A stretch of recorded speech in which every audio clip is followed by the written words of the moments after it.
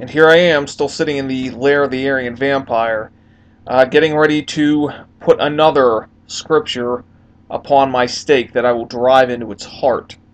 Scriptures that demonstrate that Jesus is Jehovah God of the Old Testament.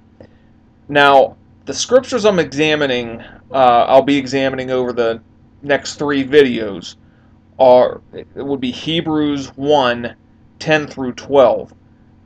I try not to use a whole lot of hyperbole, so when I have a big point to make, that it really means something.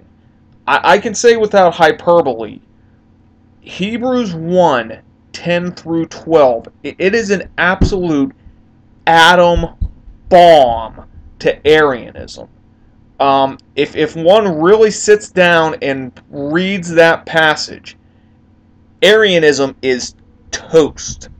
Now, if you don't believe in Jesus' deity, and you're thinking to yourself, come on, really? Well, just stay tuned for this this video and the next 2 that I'm going to do.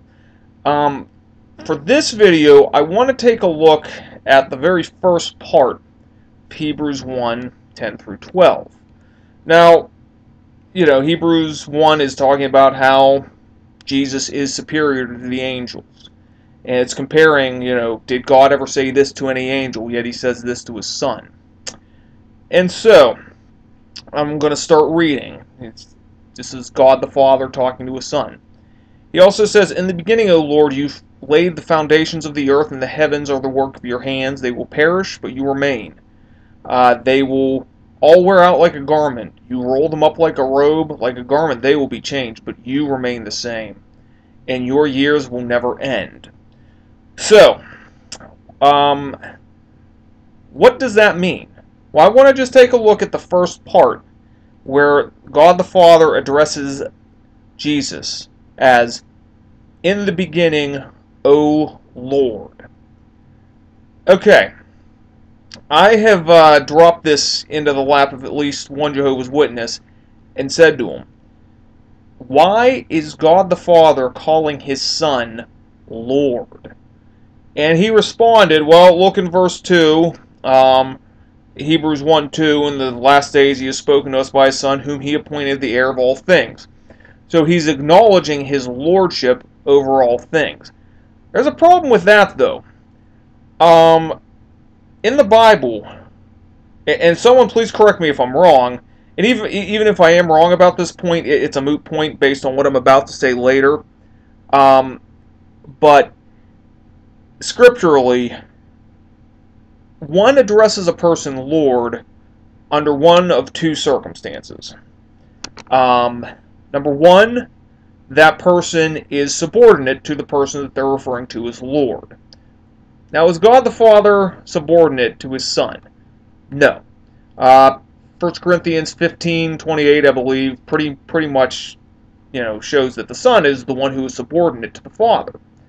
So no, God the Father is not subordinate to the Son. The other reason why you call a person Lord in Scripture is because that person is God. And those are really the only 2 reasons why you would see a person be called, why a person would call somebody else Lord in Scripture. If the person's God, or if that person is the Lord of the person calling them Lord. It's not the first reason. And to insist that, well, it's because he's acknowledging his lordship over other things. Yeah, but that's the only that's like the one time, usually it's because either they're acknowledging the person is God or acknowledging their lordship over them. But this is the one time and the only time where he's not acknowledging his lordship over himself, but he's acknowledging his lordship over other things. Now, there's no other examples in Scripture that I'm aware of where a person calls a person Lord, and that person that they're referring to as Lord is not also Lord of them, or that person is God. Now, okay, but you're not buying it. That's not enough to convince you, and I didn't think it would be. Now, Hebrews 1, 10 through 12 is a direct quote. It is pretty much a verbatim quote of the Septuagint version of Psalm 102, 102:25 through 28. And it states, "The beginning, O Lord, you laid the foundations of the earth, and the heavens are the work of your hands. They will perish, but you endure.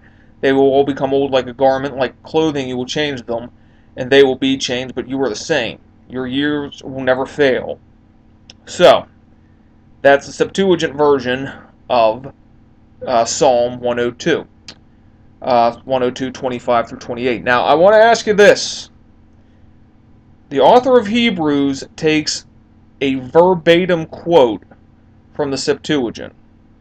Now, in that quote, David is praying to Jehovah God. I want to present a scenario.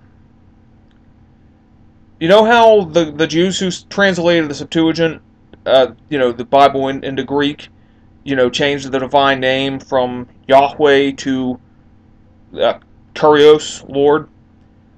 Let's say they didn't do that. Let's say they didn't address, anytime the Tetragrammaton occurred, they didn't change it to Kurios. Let's say they just kept it as Yahweh. And now you have the author of Hebrews writing a verbatim quote of the Septuagint and saying that God the Father is saying it to God the Son. I want you to fill in the blank for me if you would. So here's Hebrews 1:10 through 12. God the Father says, "In the beginning," what does he call his Son? "In the beginning," just fill in the blank. See you next time.